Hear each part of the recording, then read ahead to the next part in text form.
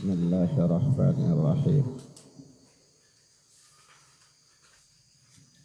Assalamualaikum warahmatullahi wabarakatuh. Walhamdulillahi hamdan katsiran thayyiban mubarakan fih kama yuhibbu rabbuna wa yarda.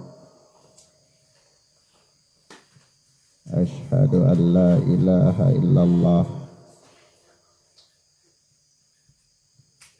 wahdahu la syarika lah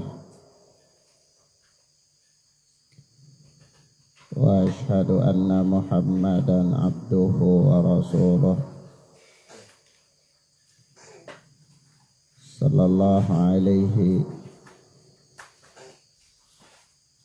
wa ala alihi wa ashabihi wa man sara ala nahjihi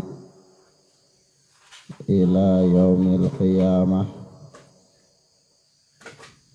Amma ba'd. Ikhwan wa akhwat, a'azzani Allah wa iyyakum. Ya mudah-mudahan dirahmati dan dimuliakan oleh Allah Subhanahu wa ta'ala.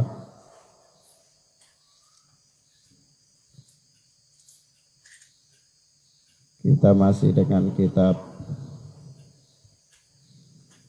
Riyadhus Shalihin oleh Al-Imam Abu Zakaria An-Nawawi rahimana wa rahimahullah. Kita sampai pada bab yang ke-6 dari kitab Riyadhus Shalihin, yaitu berkata Al-Imam An-Nawawi rahimana wa rahimahullah, babun fit taqwa, bab yang menerangkan hal-hal yang berkaitan dengan takwa. Seluk-beluk yang berkaitan dengan takwa. Maka ikhwan wa akhwat, takwa adalah sebuah nama yang diambil dari kata waqiyah.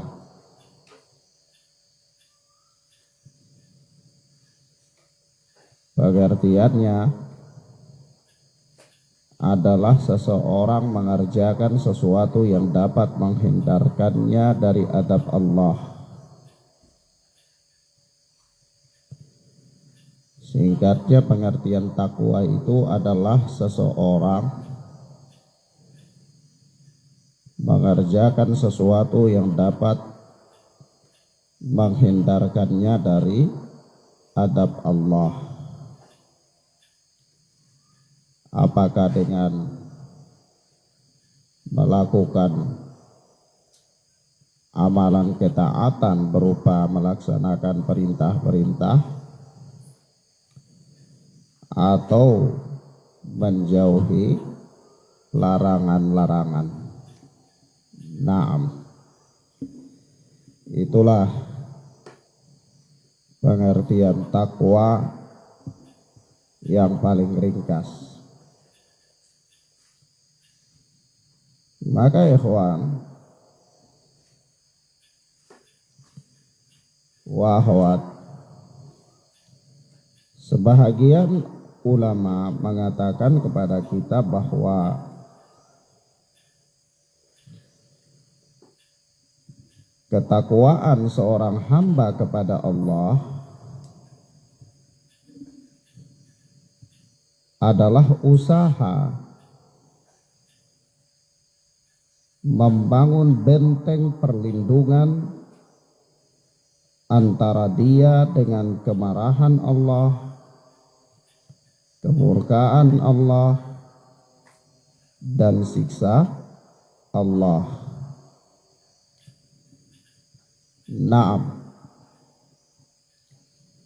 Jadi sebahagian ulama mendefinisikan takwa kepada kita dengan pengertian bahwa usaha atau upaya yang dilakukan oleh seseorang untuk membangun benteng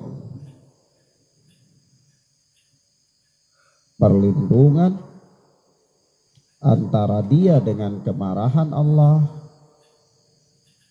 kemurkaan Allah, dan siksaan Allah tabaraka wa ta'ala. Nah, maka kita katakan ya ikhwan,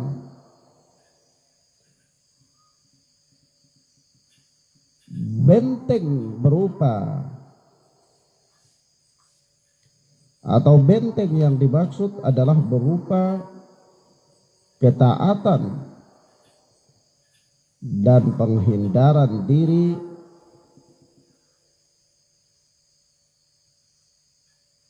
dari berbuat kemaksiatan. Karena kalau seorang dia berupaya membangun benteng antara dirinya dengan kemurkaan Allah, antara dirinya dengan kemarahan Allah, antara dirinya dengan siksaan Allah, maka ketahuilah bahwa tidak ada benteng yang bisa melindungi seseorang dari itu, dari kemurkaan Allah, dari adab Allah, dari siksa Allah, kecuali apa? Ketakwaan. Kecuali berusaha untuk menjalankan perintah-perintah Allah dan menjauhi larangan-larangan Allah. Itulah benteng yang dapat melindungi seseorang dari kemurkaan Allah. Hakikatnya benteng perlindungan. Sebab kalau seorang berlindung pada sebuah benteng yang kokoh di dalam sebuah istana yang megah, dilengkapi dengan para pasukan yang banyak, itu pun tidak dapat sama sekali menghindarkan dia dari adab Allah. Atau dengan kata lain, dia tidak bisa berlindung dengan itu dari kemurkaan Allah. Maka sekali lagi kita katakan, satu-satunya benteng yang bisa melindungi seseorang dari kemurkaan Allah, yang bisa melindungi seseorang dari kemarahan Allah, bisa melindungi seseorang dari azab Allah, tidak ada lain kecuali berusaha untuk melakukan amal ketaatan berupa menjalankan perintah-perintah dan menjauhi larangan-larangan Allah tabaraka wa ta'ala. Dan inilah hakikatnya benteng perlindungan. Hakikatnya benteng perlindungan. Naam. Maka ikhwan wa akhwat, terkadang kata takwa disebutkan secara terpisah atau sendirian. Misalnya dikatakan takwa gitu. Dan terkadang pula kata takwa diiringi dengan kata albir. Sebagaimana dalam firman Allah Subhanahu wa taala, wa ta'awanu 'alal birri wat taqwa. Dan tolong menolonglah dalam mengerjakan kebajikan dan ketakwaan. Maka kata takwa disebutkan beriringan dengan kata albir. Namun terkadang kata takwa disebutkan sendirian. Seperti ya ayyuhalladzina amanu taqullaha, hai orang-orang yang beriman, bertakwalah kalian kepada Allah. Sendirian kata takwa. Ya. Naam. Maka ikhwan wa akhwat, jika kata takwa digandengkan dengan kata albir, maka pengertiannya adalah melakukan perintah-perintah Allah. Maka kata albir, pengertian kata albir adalah melakukan perintah-perintah Allah. Sedangkan kata takwa adalah meninggalkan larangan-larangan Allah. Kalau misalnya disebutkan kata takwa dengan kata albir, maka albir itu maksudnya adalah apa? Melakukan perintah-perintah Allah, sementara at-taqwa adalah meninggalkan larangan-larangan Allah. Tapi kalau hanya disebutkan takwa saja, berarti pengertiannya masuk juga dalam pengertian albir. Ya, yakni melakukan perintah-perintah Allah dan menjauhi larangan-larangan Allah tabaraka wa ta'ala. Naam. Maka ikhwana fiddin azza-jalla wa iyyakum, kalau kita bicara tentang takwa, maka tentu takwa itu mempunyai banyak keutamaan. Naam. Dan nanti kita sebutkan dalam ayat-ayatnya. Namun lebih dari semua itu, salah satu di antara keutamaan takwa adalah dimasukkannya ke dalam surga Allah Subhanahu wa ta'ala.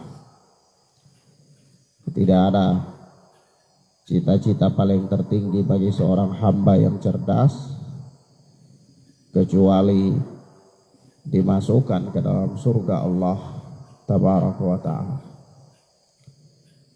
Kenapa? Karena cita-cita dalam kehidupan dunia ini hanyalah cita-cita yang hampa, cita-cita yang kosong. Seorang boleh bercita-cita, boleh saja, sejauh apapun, setinggi apapun, seindah apapun cita-citanya, tetapi semua cita-cita dalam kehidupan dunia itu adalah cita-cita yang hampa. Kenapa? Berapa banyak orang yang telah menghabiskan usianya, berapa banyak orang yang telah menghabiskan tenaganya, berapa banyak orang yang telah menghabiskan uangnya, hartanya, berapa banyak orang yang telah menghabiskan waktunya untuk mengejar cita-cita dalam kehidupan dunia, namun sayang kematian datang mendahuluinya. Coba antum bayangkan, orang ada cita-cita tinggi selangit, mau jadi Perdana Menteri di Amerika Serikat misalnya, atau mau jadi perwira tinggi angkatan bersenjata, atau mau jadi jenderal, atau mau jadi seorang ilmuwan ahli, dokter ahli misalnya, dan seterusnya. Lalu dia habiskan anggaran banyak untuk itu. Dia habiskan waktunya siang dan malam untuk mendapatkan apa yang dia cita-citakan, sampai dia lalai dari kewajibannya untuk taat kepada Allah. Dan setelah uangnya terkuras habis, waktunya sekian banyak telah dia lalaikan, tiba-tiba saja datang kepadanya kematian. Betapa ruginya orang tersebut. Maka dari itu Rasulullah Sallallahu Alaihi Wasallam pernah mengatakan kepada kita dalam haditsnya yang mulia, dan ini merupakan doa yang kita dianjurkan untuk berdoa dengan doa tersebut. yaitu Allahumma la taj'alid dunya mablagha ilmina wa akbara hammina. Ya Allah, janganlah Engkau jadikan dunia itu sebagai puncak daripada cita-cita kami, dan janganlah Engkau jadikan dunia itu sebagai puncak dari pengetahuan kami. Pengetahuan kita tidak terlepas dari hanya sekedar pengetahuan tentang dunia saja, dunia dan dunia. Berbicara tentang dunia dan seluk-beluknya kita paham sangat detail. Tapi kalau berbicara tentang akhirat, maka sayang, seribu sayang, tata cara wudhu yang benar pun belum kita tahu. Maka orang yang demikian ini dia akan tersibukkan dari urusan-urusan dunianya dan melalaikan dia dari urusan-urusan akhiratnya. Maka Rasulullah mengajarkan kita doa, Allahumma la taj'alid dunya mablagha ilmina wa akbara hammina. Ya Allah, janganlah Engkau jadikan dunia ini sebagai puncak dari pengetahuan kami dan puncak dari ambisi kami, cita-cita kami. Nah, kalau di dunia ini terlalu kecil keindahan dan kenikmatan yang ada di dalamnya jika dibandingkan dengan kenikmatan dan keindahan yang ada di surganya Allah Azza wa Jalla. Keindahan dan kenikmatan yang ada di dalam surganya Allah itu kenikmatan dan keindahan yang tidak pernah terbersit oleh pikiran dan hati, tidak pernah terdengar oleh telinga, dan tidak pernah terlihat oleh mata. Seindah apapun kita pernah mendengar tentang sebuah keindahan di suatu tempat atau suatu negeri, maka sungguh keindahan di surganya Allah jauh lebih indah dari itu. Sebagus apapun pemandangan yang pernah kita lihat di suatu tempat, maka di surga pemandangannya jauh lebih baik dan lebih indah dari itu. Pernah terbersit dalam benak kita tentang suatu keindahan, suatu kemewahan, suatu kecantikan atau suatu kelengkapan yang sangat sempurna mungkin dalam benak kita terhadap suatu perkara. Tetapi ketahuilah bahwa di akhirat, di surganya Allah, sungguh jauh lebih indah, jauh lebih mewah, jauh lebih bagus dari apa yang pernah terbersit dalam benak kita. Apa yang pernah terbersit di dalam benak kita. Nah, demikian akhwana fiddin, a'azzani Allahu wa iyyakum. Bahkan Rasulullah sallallahu alaihi wasallam mengatakan, innallaha yubghidu aliman bid dunya jahilan bil akhirah. Atau kama jaa fil hadis. Sesungguhnya Allah subhanahu wa ta'ala murka terhadap orang yang pandai dalam ilmu dunia tetapi jahil dalam ilmu akhirat. Pintar kalau ilmu dunia 1 tambah 1 dia tahu 2. Ya 3 tambah 3 6 tahu. Perkalian, perjumlahan, pengurangan, ilmu fisika, ilmu kimia, ilmu biologi ya. Dan ilmu-ilmu yang lainnya semua ulumus sina'at, ilmu-ilmu teknologi dia tahu, dia paham, dia cerdas. Tapi dalam ilmu akhirat dia jahil. Rukunya seperti punuk unta, sujudnya juga tidak benar, ya tasyahudnya tidak benar, wudunya juga tidak tahu, puasa juga mungkin tidak pernah. Maka apalah artinya kepintaran dan kecerdasannya tentang ilmu dunia tersebut kalau kemudian dia mendapatkan kemurkaan Allah, mendapatkan kemurkaan Allah tabaraka wa ta'ala. Naam. Selanjutnya berkata Al-Imam An-Nawawi rahimana wa rahimahullah,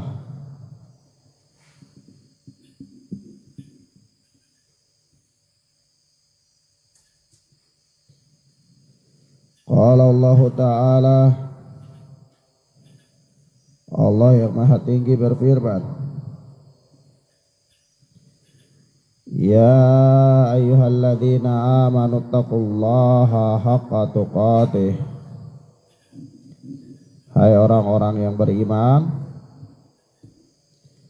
bertakwalah kalian kepada Allah dengan sebenar-benar takwa.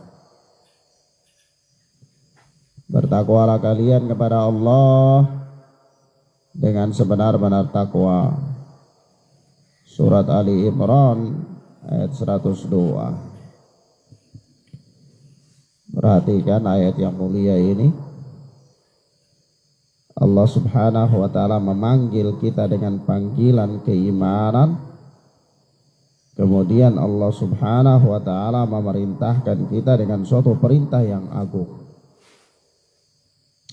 yaitu Allah panggil, hai orang-orang yang beriman. Allah panggil orang-orang yang beriman. Untuk apa? Untuk Allah perintahkan kepada mereka dengan suatu perintah yang agung. Perintah apakah itu? Yakni perintah bertakwa kepada Allah dengan sebenar-benar ketakwaan. Allah tabaraka wa ta'ala mengatakan, ittaqullaha haqqa tuqatih. Bertakwalah kalian kepada Allah dengan sebenar-benar takwa. Ya, naam. Maka takwa itu hukumnya adalah wajib. Hukumnya wajib. Naam. Maka ketika Allah subhanahu wa ta'ala memerintahkan kita untuk bertakwa kepada Allah dengan sebenar-benar takwa, ya pengertiannya adalah engkau bertakwa kepada Allah dengan semampumu. Sebenar-benar takwa, yakni sesuai dengan batas kemampuanmu yang akhir, tanpa harus memberat-beratkan diri. Yani misalnya engkau harus berusaha untuk melakukan ketakwaan itu sebagaimana adanya. Namun kalau sekiranya suatu saat engkau terhalang atau tidak mampu melakukan suatu amal ketakwaan, ya karena ada utur-utur tertentu, maka itulah batas kemampuan. Ya. Tetapi jangan meremeh-remehkan, ya, menggampang-gampangkan. Naam. Ya sebagaimana Allah subhanahu wa ta'ala memerintahkan kita untuk berpuasa pada bulan Ramadan, maka seorang harus berusaha dengan sebatas kemampuannya untuk menunaikan puasa ini dengan sesempurna mungkin dalam melakukan puasa pada bulan Ramadan. Namun kalau kemudian dia terhalang oleh utur-utur yang syar'i, maka itulah batas kemampuan. Karena Allah subhanahu wa ta'ala pun mengatakan apa? Wa man kana maridhan aw ala safarin fa iddatu min ayyamin ukhra. Barang siapa yang dia sakit atau dia berada dalam safar pada bulan Ramadan, fa iddatu min ayyamin ukhra, maka dia boleh menggantinya pada hari-hari yang lain. Ya kalau dia sakit dalam bulan Ramadan sehingga dia tidak berpuasa, maka itulah batasan dia. Ya. Nah, atau sebagaimana Allah subhanahu wa ta'ala memerintahkan manusia untuk melakukan haji, dan Allah ikat kewajiban haji itu dengan kemampuan.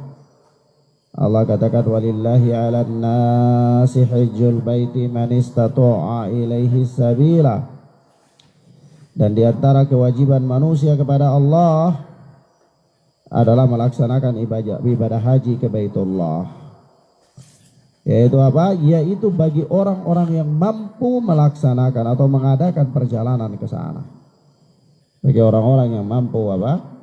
Mengadakan perjalanan ke sana, yaitu melaksanakan perjalanan ke Baitullah. Maka ketakwaan yang sebenar-benarnya adalah ketakwaan yang dilakukan oleh seorang hamba semaksimal mungkin sampai pada batas kadar kemampuannya. Ya. Kalau dia mampu, maka jangan dia meremeh-remehkan. Ada orang mampu melakukan amalan tapi dia meremeh-remehkan, menggampang-gampangkan. Ya.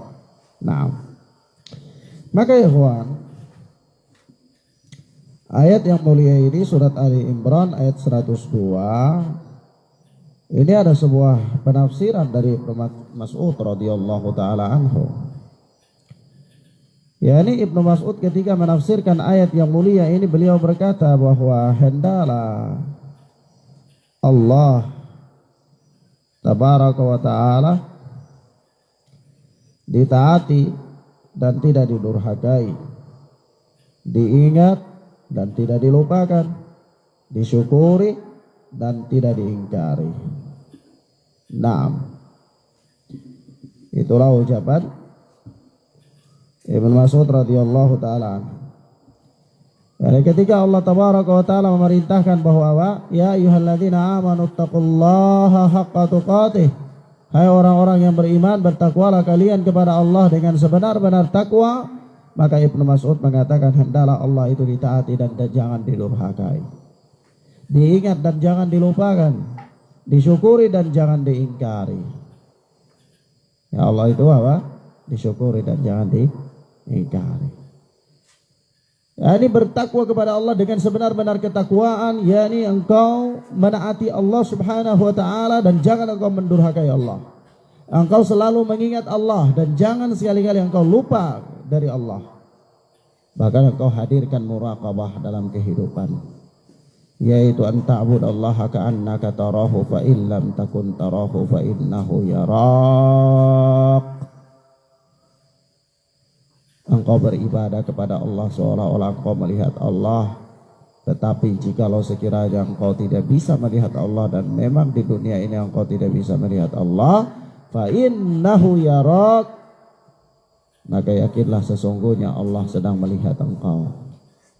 Allah sedang melihat engkau.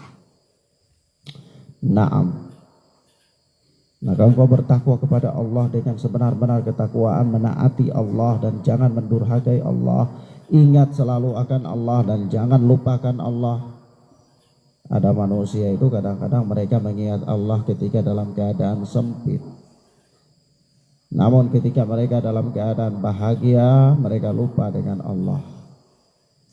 Kalau Allah berikan dia rizki yang banyak, Allah berikan dia kenikmatan, Allah sehatkan tubuhnya, Allah panjangkan umurnya, dia lupa dengan Allah tabaraka wa ta'ala.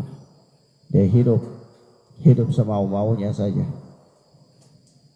Dia tidak peduli dan dia tidak pernah mengingat apa hakikat daripada kehidupan ini, apa yang Allah embankan kepada saya dari kehidupan dunia ini, kenapa tujuannya Allah menghidupkan saya, menciptakan saya.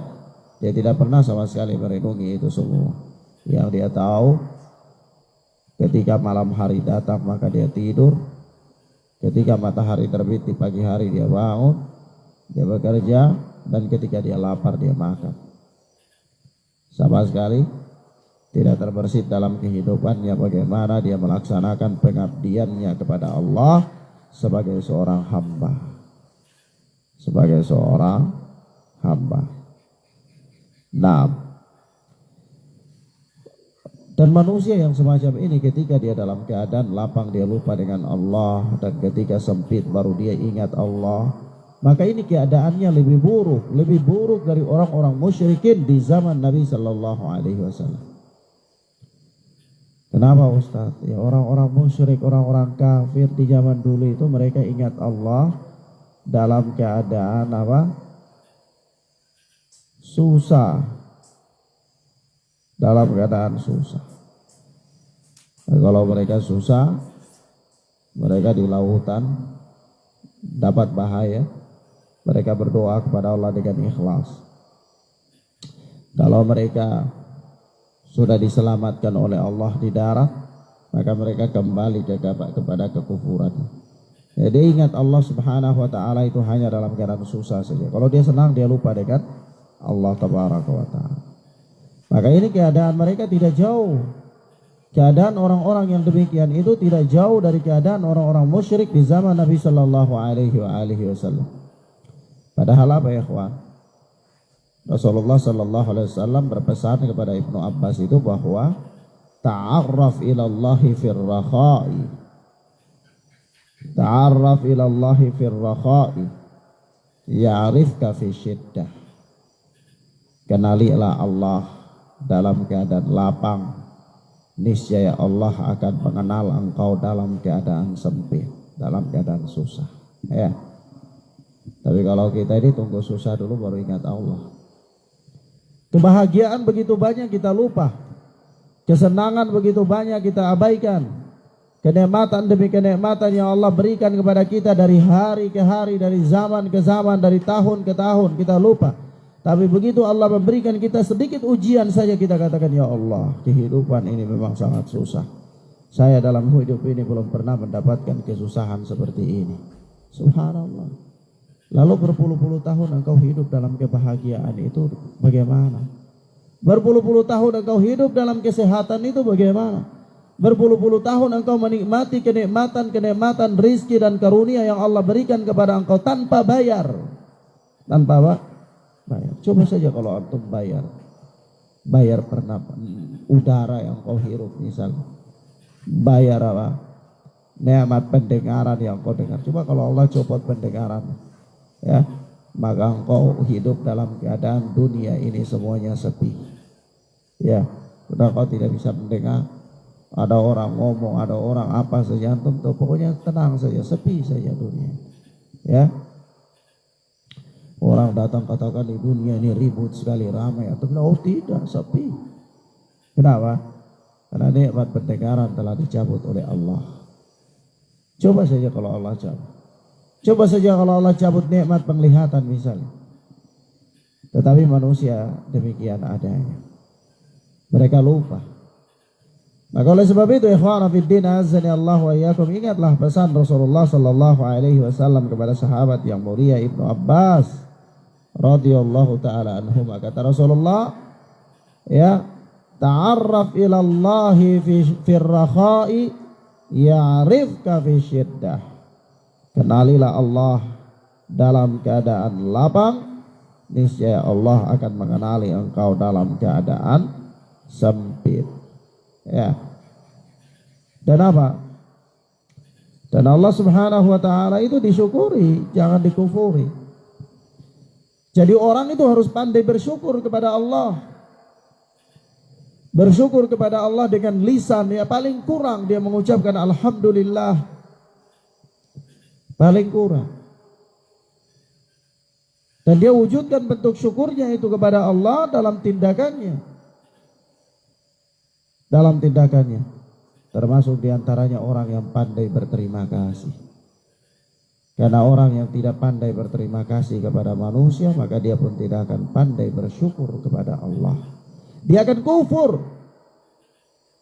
Antum kasih ngeluh, antum gak kasih ngeluh, sama aja. Setiap hari-harinya mengeluh saja.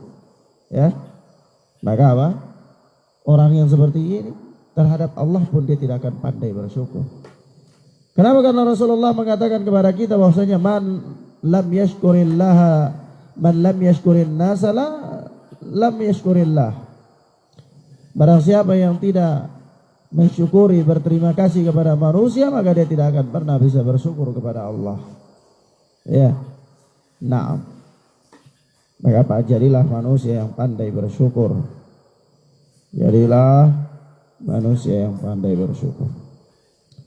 Dan ini penafsiran yang luar biasa, ya. Penafsiran yang luar biasa dari Ibnu Mas'ud, ya. Bahwa hendaklah bertakwa kepada Allah dengan sebenar-benar takwa. Maksudnya apa? Kata Ibnu Mas'ud adalah hendaklah engkau bertakwa kepada Allah dan jangan engkau apa? Memaksiati Allah Subhanahu wa taala.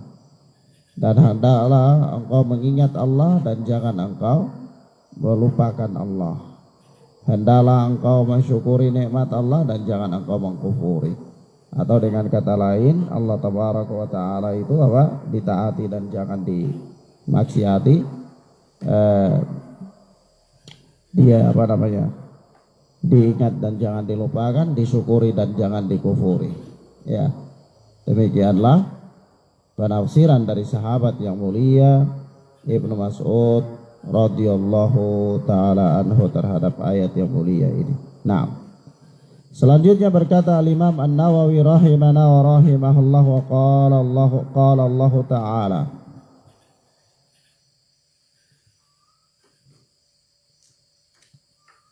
Allah yang Maha Tinggi berfirman, fattaqullaha mastata'tum. Bertakwalah engkau kepada Allah mastata'tum, yaitu menurut kesanggupanmu.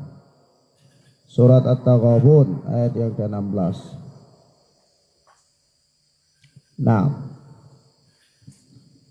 maksud ayat ini adalah penjelasan terhadap maksud ayat sebelumnya. Jadi engkau hendaklah bertakwa kepada Allah dengan sebenar-benar ketakwaan, yaitu dengan semaksimal kemampuan. Ya, begitu. Dengan semaksimal kemampuan. Bukan berarti fattaqullaha mastata'tum, bertakwalah engkau kepada Allah ya dengan kemampuan. Mulai dikatakan ya saya Ustaz, dia bermalas-malasan, dia cari-cari alasan. Kenapa engkau tidak sholat? Saya sekarang belum mampu sholat. Ya. Kenapa engkau tidak berpuasa? Saya belum mampu berpuasa. Kenapa engkau tidak lakukan ini dan itu? Belum waktunya. Nanti kalau sudah waktunya saya lakukan. Sekarang saya belum mampu. Kenapa begitu? Ya kan Allah berfirman bahwa fattaqullaha mastata'tum, bertakwalah engkau kepada Allah sebatas kemampuan. Ya, sebatas kesanggupan. Maka kita katakan kepadanya maksud ayat bukan begitu. Tetapi bertakwalah kepada Allah sebatas kesanggupanmu, sesuai dengan kesanggupanmu, adalah merupakan penafsiran dari ayat yang mengatakan bahwa bertakwalah engkau kepada Allah dengan sebenar-benar ketakwaan.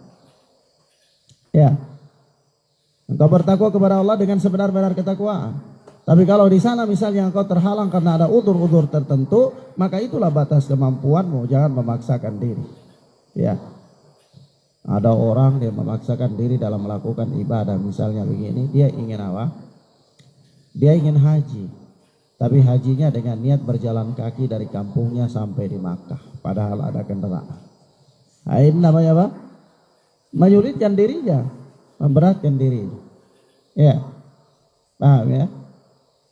Maka ikhwana fiddin azani Allah wa iyyakum, kata Imam Nawawi rahimana wa rahimahullah, wa hadhil ayatu mubayyinatun lil muradi minal ula. Ayat ini adalah penjelasan dari maksud ayat yang pertama. Ayat pertama dalam kitab Riyadhus Shalihin ini dalam bab takwa itu ayat apa? Surat Al-Imran ayat 102. Ya. Ayat yang keduanya mana? Surat At-Taghabun ayat 16. Jadi surat At-Taghabun ayat 16 ini sebagai penjelasan terhadap maksud daripada firman Allah dalam surat Ali Imran ayat 102. Begitu. Ya. Nah. Paham Hamzah? Nah. Baik, paham. Selanjutnya berkata Al-Imam An-Nawawi rahimana wa rahimahullah,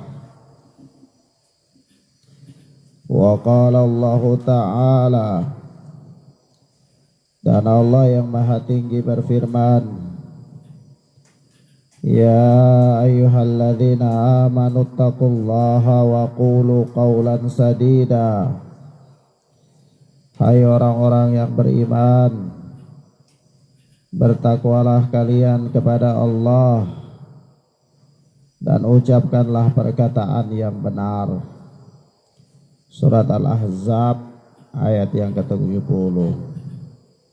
Ayat yang ke-70.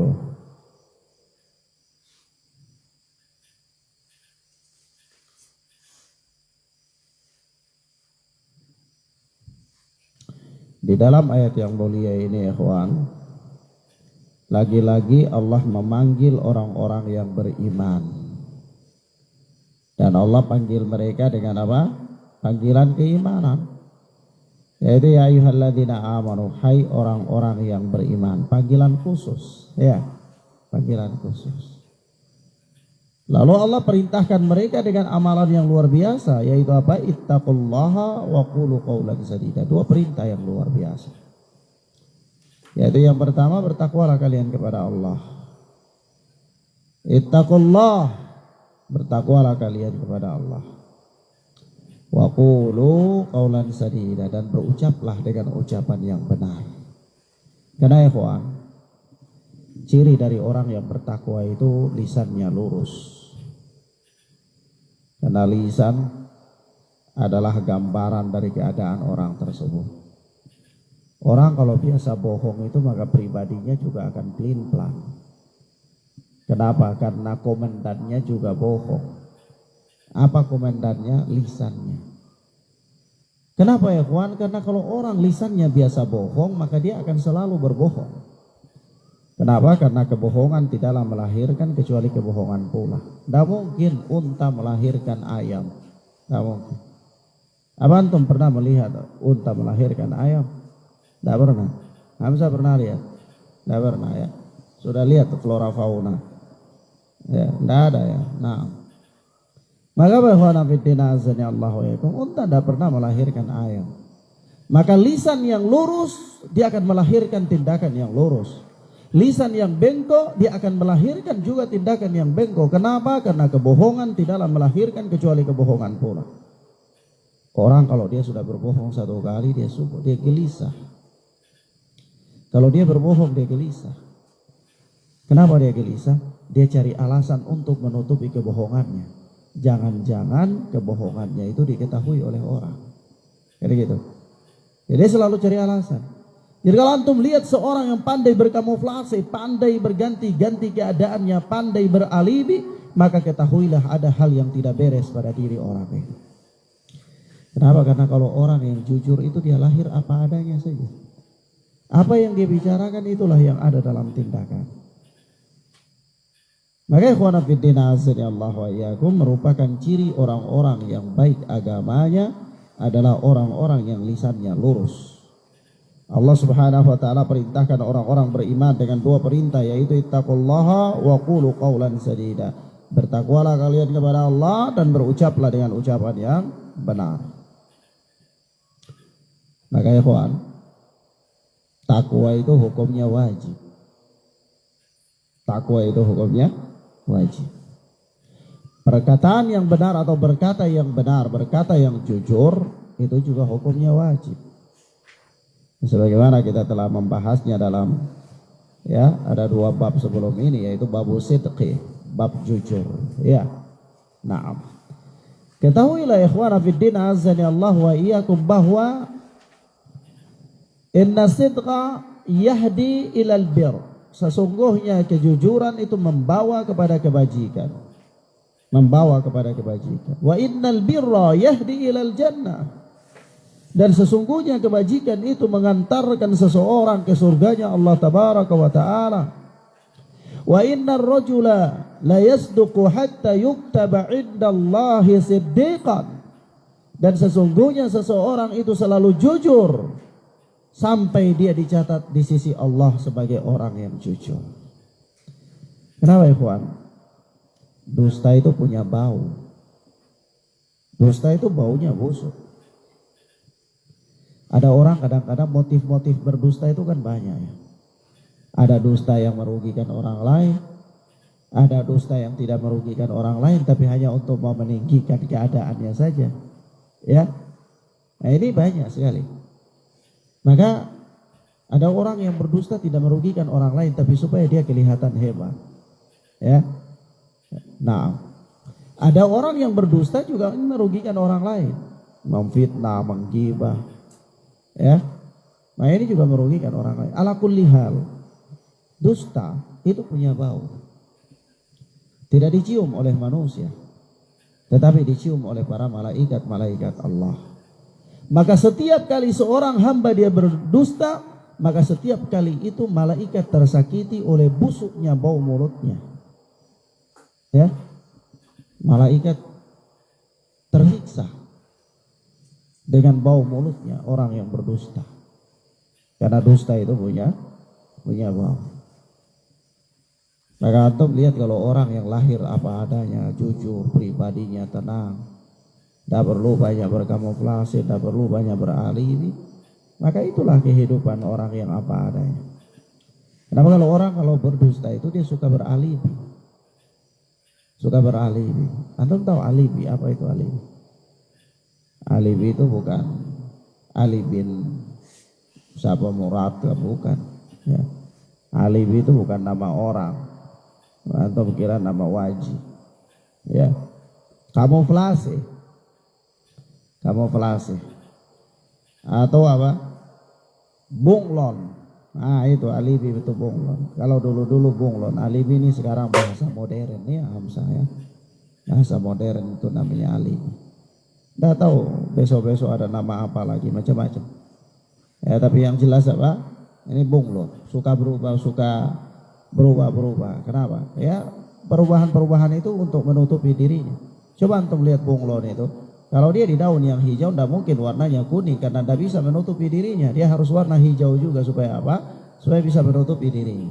Kalau nanti dia di daun yang kuning, maka warnanya tidak boleh hijau karena tidak bisa menutupi dirinya. Dia warnanya juga harus kuning supaya apa? Bisa menutupi dirinya. Itulah orang yang beralibi. Kenapa? Dia harus pandai beralibi supaya untuk menutupi dirinya. Supaya untuk apa? Menutupi dirinya. Maka ikhwah, seorang muslim itu orang yang jujur. Orang yang tampil apa adanya. Dia sampaikan kalau apa yang harus dia sampaikan. Ya, tidak perlu banyak berkamuflase, tidak perlu banyak beralibi, tidak perlu banyak rekayasa. Bahkan sampai dalam mau menyampaikan kebenaran pun begitu, lurus saja. Sampai-sampai Al Hasan Al Basri mengatakan bahwasanya orang yang bijak itu adalah orang yang apa? La yumari wa la yudar.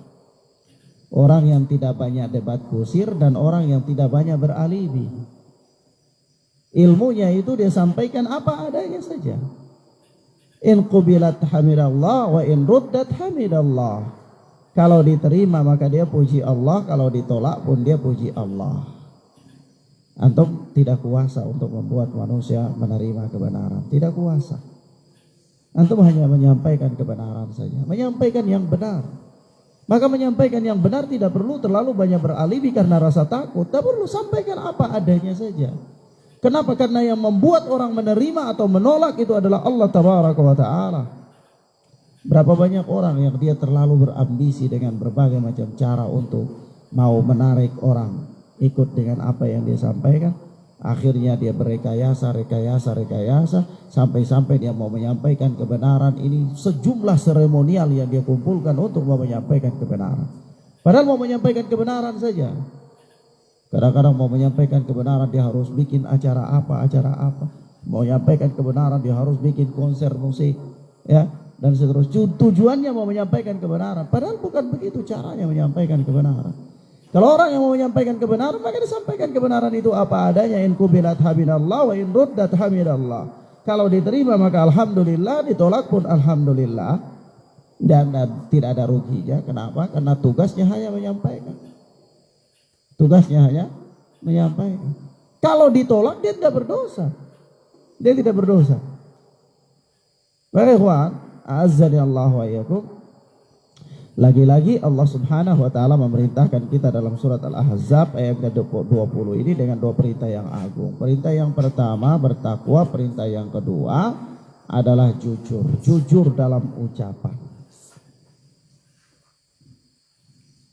Bahkan antum tahu Allah Subhanahu wa Ta'ala mengatakan dalam lanjutan ayat ini, ya ayyuhalladzina amanu taqullaha wa qulu qawlan sadida yuslih lakum a'malakum wa yaghfir lakum dhunubakum. Ya ayuhan nasu ubudu rabbakum alladhi khalaqakum min nafsin wahidah wa khalaqa minha zawjaha wa batta minhuma rijalan katsiran wa nisaa wattaqullaha. Bagaimana ayatnya?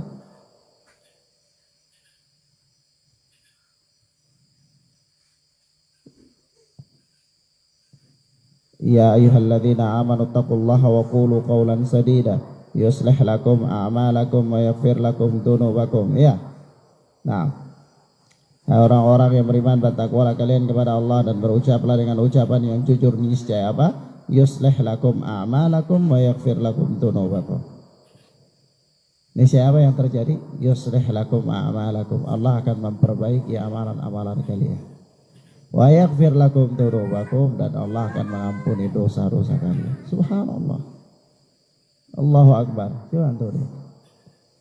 Orang diperintahkan oleh Allah dengan dua perintah, yaitu perintah bertakwa dan perintah berucap yang jujur. Jadi orang itu jujur dalam ucapan, jujur dalam tindakan. Dan orang dia harus punya pribadi itu pribadi yang kesatria. Artinya gini, Ya kalau salah sudah salah saja, tidak usah cari alasan untuk membenar-benarkan. Gitu. Kalau macam dia keliru ya sudahlah, keliru saja. Kalau itu berkaitan dengan manusia minta maaf. Kalau itu berkaitan dengan Allah maka dia bertaubat kepada Allah Tabaraka wa Ta'ala. Ya. Tidak perlu sudah cari-cari alasan untuk menutupi kesalahannya supaya dia tampil itu sempurna, tidak pernah salah. Tidak mungkin. Karena Rasulullah mengatakan kullu bani Adam khata, seluruh anak Adam ini bersalah. Ya. Jadi orang itu kesatria, kalau salah ya salah, harus terima resiko. Jangan sudah salah, tidak mau terima resiko, lalu beralibi untuk menutupi apa? Kesalahannya. Tidak boleh. Kenapa? Karena nanti pasti akan melahirkan kesalahan yang baru. Akan melahirkan kesalahan yang baru. Terus pertanyaannya sampai kapan Anda akan terus menutupi kesalahan dengan kesalahan seperti itu? Ya. Maka ikhwan fillah Allah wa iyyakum, faedahnya dari orang yang bertakwa dan orang yang berkata jujur itu faedahnya adalah akan diperbaiki amalannya. Allah memperbaiki amalan orang demikian ini.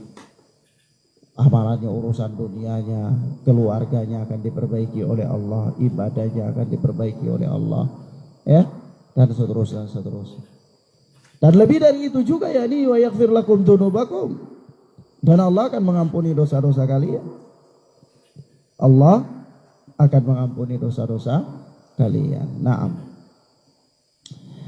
Kemudian kata Imam An-Nawawi rahimana wa rahimahullah, wal ayatu fil amri bittaqwa katsiratun ma'lumatun.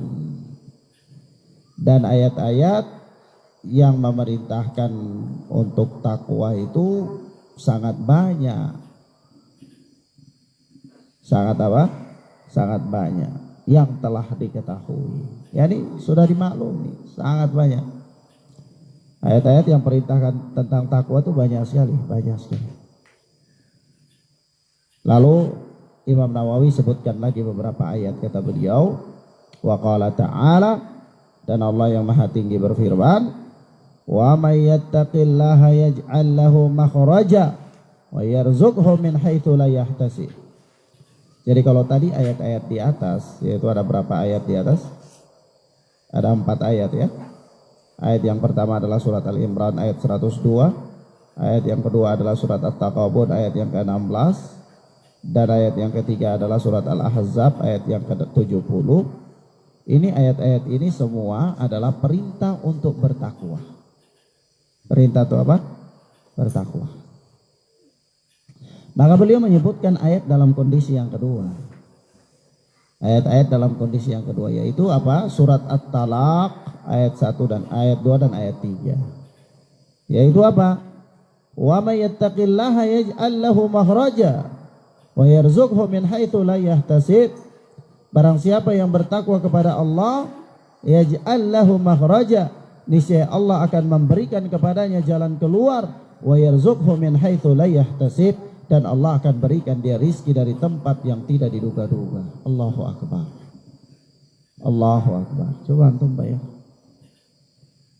Orang yang bertakwa itu faedahnya luar biasa. Dan ayat ini menunjukkan tentang faedah ketakwaan. Faedah apa? Faedah ketakwaan. Jadi Allah beritahukan kepada kita.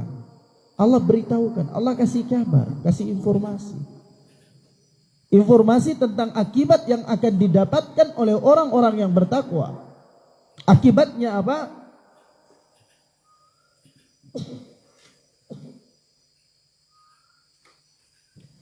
Kata Allah Tabaraka wa Ta'ala dalam ayat ini bahwa wa man yattaqillaha, barang siapa yang bertakwa kepada Allah.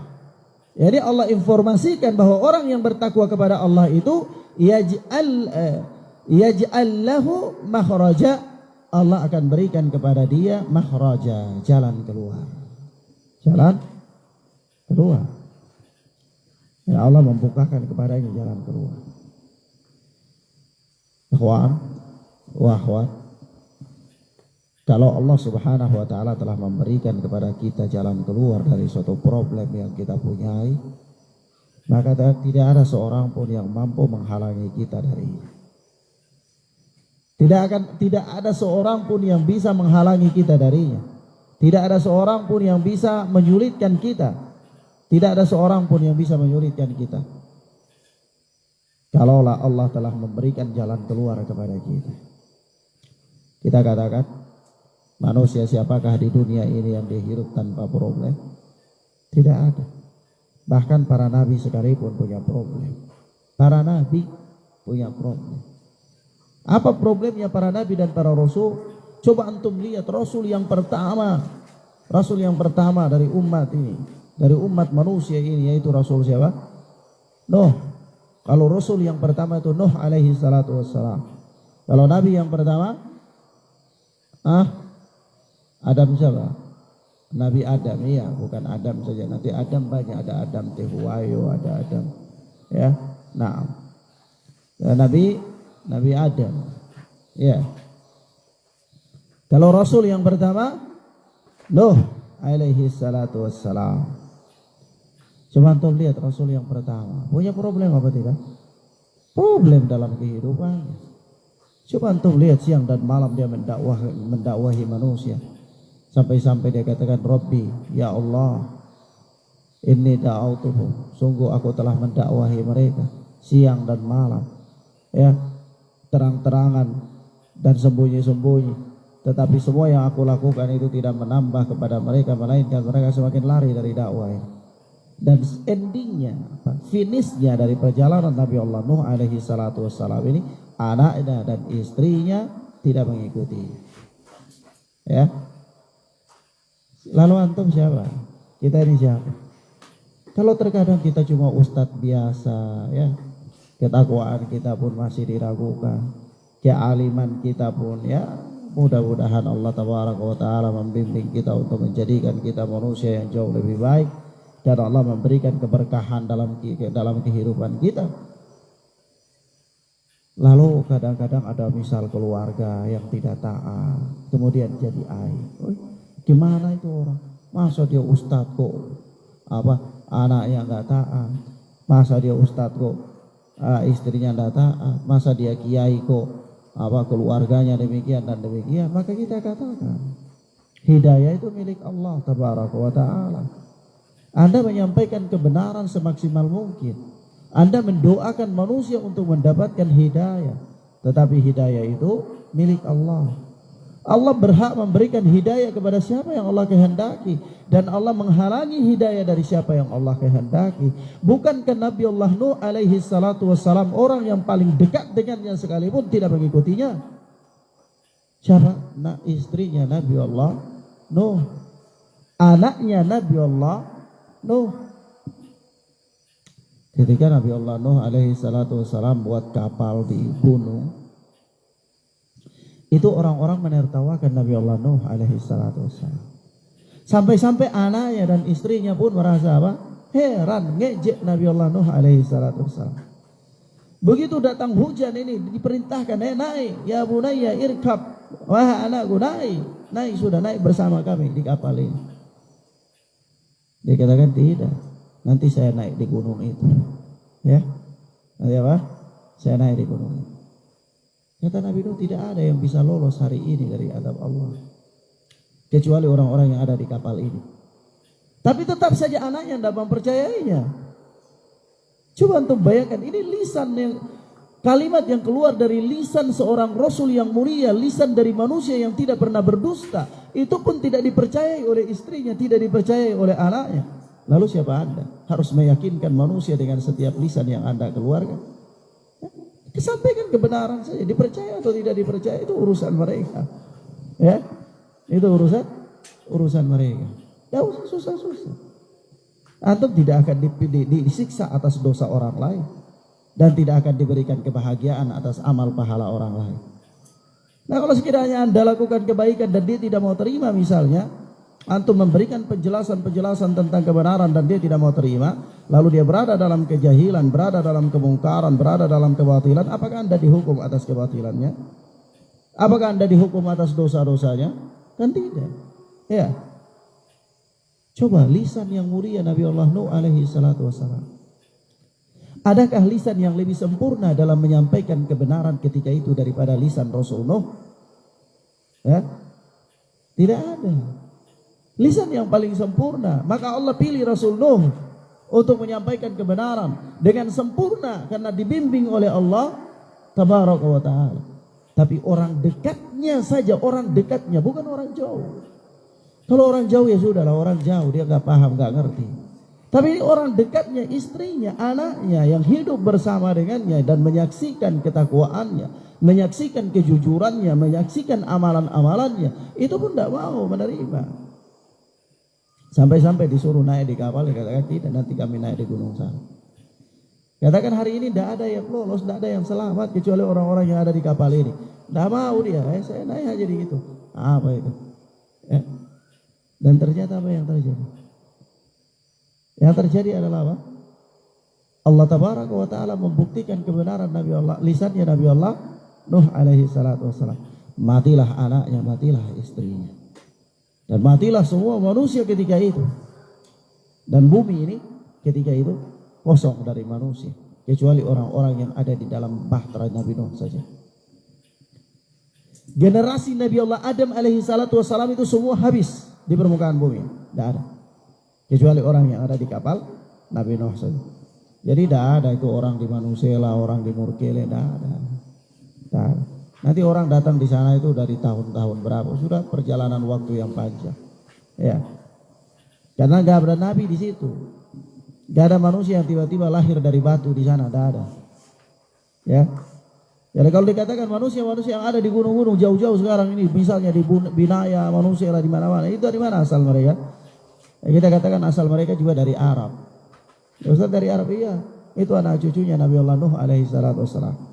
Adakah manusia yang lahir dari batu bukan dari generasi Nabi Allah Nuh? Tidak ada kan? Ya. Baik, khawala fiddin azani Allah wa iyyakum. Manusia ketika itu habis. Kecuali yang ada di dalam kapal Nabi Nuh saja. Dan orang-orang yang ada dalam kapal Nabi Nuh itu semuanya tidak punya generasi. Kecuali Nabi Nuh alaihi salatu wassalam. Maka dari generasi Nabi Allah Nuh inilah kemudian berpancar manusia baru di permukaan bumi. Maka Nabi Allah Nuh itu disebutkan bahwa dia adalah bapaknya manusia yang kedua. Kalau bapaknya manusia yang pertama itu siapa? Adam alaihi salatu wassalam, Nabi Allah Adam. Maka bapaknya manusia yang kedua itu adalah Nabi Allah Nuh alaihi salatu wassalam. Kenapa? Karena ketika terjadi banjir bandang itu seluruh manusia mati, ya, kecuali orang-orang yang ada dalam bahtera Nabi Nuh. Dan orang-orang yang ada dalam bahtera Nabi Nuh itu semuanya tidak punya generasi kecuali Nuh alaihi salatu wassalam. Ya, paham ya? Baik. Tetapi yang menjadi sisi pendalilan kepada kita dari ayat ini yaitu apa? Allah memberikan jalan keluar. Allah selalu memberikan jalan keluar kepada hamba yang dia bertakwa kepada Allah. Tidaklah, sudah pernah kita katakan berulang-ulang kali, bahwa tidaklah gelap itu dia semakin gelap, melainkan akan muncul fajar. Coba antum tengah malam itu semakin gelap, semakin gelap, semakin gelap, semakin gelap. Begitu gelap yang sangat, dia akan berubah untuk semakin terang, semakin terang, semakin terang, sampai munculnya fajar. Ya, bahwa tidaklah gelap itu semakin gelap, melainkan akan munculnya fajar. Dalam semua hal. Ada orang misalnya kehidupannya susah, perekonomiannya susah, perbaiki ketakwaanmu kepada Allah. Bukankah Allah Tabaraka wa Ta'ala mengatakan, "Wa man yattaqillaha yaj'al lahu makhraja." Barang siapa yang bertakwa kepada Allah, maka Allah akan memberikan kepadanya jalan keluar. Kalau dia belum mendapatkan jalan keluar, berarti ada masalah dengan ketakwaannya. Karena tidak mungkin Allah itu apa? Mengingkari janjinya. Tidak mungkin. Kemudian wa yarzuqhu min haitsu la yahtasib, dan Allah akan memberikan rizki kepadanya dari tempat yang tidak diduga-duga. Wah, subhanallah. Takwa ini punya faedah yang luar biasa. Maka dari ayat ini Allah mengabarkan kita bahwa buah dari ketakwaan itu ada dua. Buah dari ketakwaan itu ada dua. Yang pertama, dia selalu mempunyai jalan keluar dari problem kehidupannya. Orang yang bertakwa itu selalu ada jalan keluar dari problem kehidupannya. Tidak punya anak, Allah berikan dia anak. Tidak punya harta, Allah berikan dia harta. Ya, artinya apa? Allah selalu berikan dia jalan keluar. Hafalannya susah, perbaiki ketakwaannya, hafalannya akan bagus. Kan begitu, daya ingatnya bagus. Dan seterusnya, dan seterusnya. Yang kedua, buah dari ketakwaan. Yang kedua adalah apa? Allah tabaraka wa ta'ala akan memberikan kepadanya rizki dari tempat yang tidak diduga-duga. Kalau kita ini kan soal rizki itu yang kita harapkan ATM. Ya, mana ATM-nya? Ya, mana usahanya? Jadi kalau misalnya ya kita lagi sedikit ada kesulitan perekonomian, kita stres. Corona ini stres, nggak bisa kerja, nggak bisa itu. Nanti misalnya gelombang di lautan, nggak bisa pergi di bobo begini dan begitu, tidak ada rizki.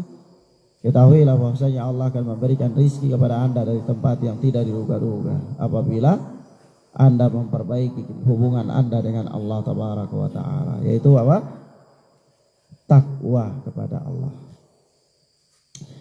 Jadi sekali lagi ya kawan, dalam surat At-Talaq ayat pertama dan kedua ini Allah mengabarkan kita bahwa buah dari ketakwaan itu yang pertama selalu diberikan jalan keluar oleh Allah dari problem kehidupannya. Yang kedua, Allah akan memberikan kepadanya rizki dari tempat yang tidak diduga-duga. Ya. Nah. Selanjutnya berkata Imam An-Nawawi rahimana wa rahimahullah. Wa qala ta'ala, dan Allah yang maha tinggi berfirman,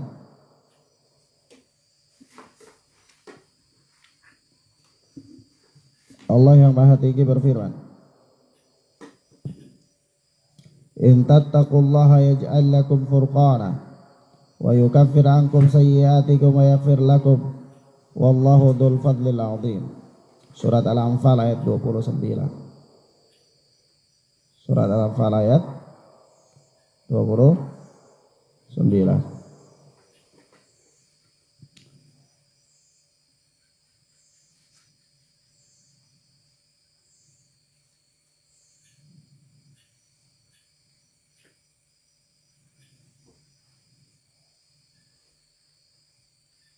Ya ayyuhalladzina amanu in tattaqullaha yaj'al lakum furqana. Hai orang-orang yang beriman, jika kalian bertakwa kepada Allah, niscaya Allah akan memberikan kepada kalian Al-Furqan. Al-Furqan itu apa? Kemampuan untuk membedakan yang hak dari yang batil. Ada orang dia belajar tapi dia tidak punya kemampuan membedakan yang hak dari yang batil. Ya. Sehingga kalau kebatilan datang, maka dia pun tergilas. Maka kata Allah Subhanahu wa taala, ya ayyuhalladzina amanu, hai orang-orang yang beriman, in tattaqullaha yaj'al lakum furqana. Jika kalian itu bertakwa kepada Allah, niscaya Allah akan berikan kepada kalian al-furqan, yaitu kemampuan untuk membedakan antara yang hak dan yang batil. Itu al-furqan, filter untuk membedakan yang hak dan yang batil. Wa yukaffir ankum sayyi'atikum wa yaghfir lakum wallahu dzul fadlil 'adzim. Dan Allah Subhanahu wa taala yukaffir ankum sayyi'atikum, akan menghapus kesalahan-kesalahan kalian, wa yaghfir lakum, dan mengampuni dosa-dosa kalian. Wallahu dzul fadlil 'adzim. Dan Allah adalah zat yang maha memiliki karunia yang besar. Surat Al-Anfal ayat 29. Lagi dalam ayat ini Allah Subhanahu wa taala mengabarkan kepada kita tentang beberapa hal, dan dia merupakan buah dari ketakwaan. Yang pertama adalah orang yang bertakwa itu Allah akan berikan kepada dia al-furqan, kemampuan membedakan yang hak dari yang batil. Dia tidak mudah tergiling oleh fitnah, tidak termudah tergilas oleh gelombang syubhat. Kenapa? Karena dia punya al-furqan, punya filter untuk membedakan yang hak dari yang batil. Yang kedua, Allah akan menghapus kesalahan-kesalahan. Orang yang bertakwa itu Allah akan menghapus kesalahan-kesalahannya. Kenapa? Ya karena amalan-amalan ketaatan itu punya karamah. Ya, sudah sering anak katakan dan sudah sering kita jelaskan di sini bahwa amalan ketaatan itu punya karamah. Dan bahkan amalan-amalan soleh itu bisa menggugurkan kesalahan-kesalahan. Ya, atbi'is sayyi'atal hasanah tamhuha. Ya, iringilah perbuatan yang jelek itu dengan perbuatan yang baik, niscaya perbuatan yang baik itu akan menghapus perbuatan yang jelek. Ya. Innal hasanat yudhibnas sayyi'at. Begitu kata Allah. Yaitu sesungguhnya kebaikan-kebaikan itu menghilangkan keburukan. Ya. Nah. Jadi di situ apa? Orang yang bertakwa itu Allah akan menghilangkan kesalahan-kesalahannya, menghapus kesalahan-kesalahan. Yang ketiga, orang yang bertakwa itu Allah akan mengampuninya. Allah akan mengampuni dosa-dosanya. Nah,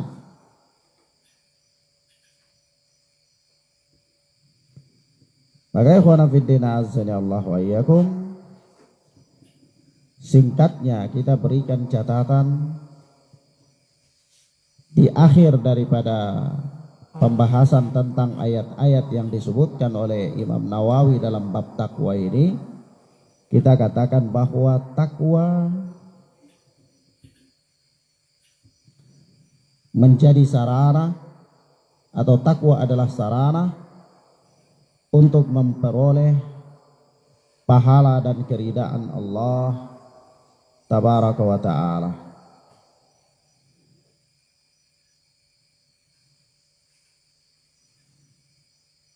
Sekaligus sarana untuk mendapatkan surganya Allah tabaraka wa ta'ala. Takwa adalah sarana untuk memperoleh pahala dan keridaan Allah, sekaligus berfungsi sebagai perantara untuk mendapatkan surga Allah azza wa jalla. Nah, demikian ikhwana fiddin azza Allah wa iyyakum, ini beberapa hal yang bisa kita sampaikan pada kesempatan yang mubarakah ini. Mudah-mudahan bermanfaat bagi kita insyaallah taala. Allahumma barik lana fima a'tait. Allahumma yassir lana wa la tu'assir alaina. Subhanakallahumma bihamdika asyhadu an la ilaha illa anta astaghfiruka wa atubu ilaik. Wa sallallahu ala nabiyina Muhammad wa ala alihi wa sahbihi wa sallam. Subhanakallahumma bihamdika asyhadu an la ilaha illa anta astaghfiruka wa atubu ilaik. Assalamualaikum warahmatullahi wabarakatuh.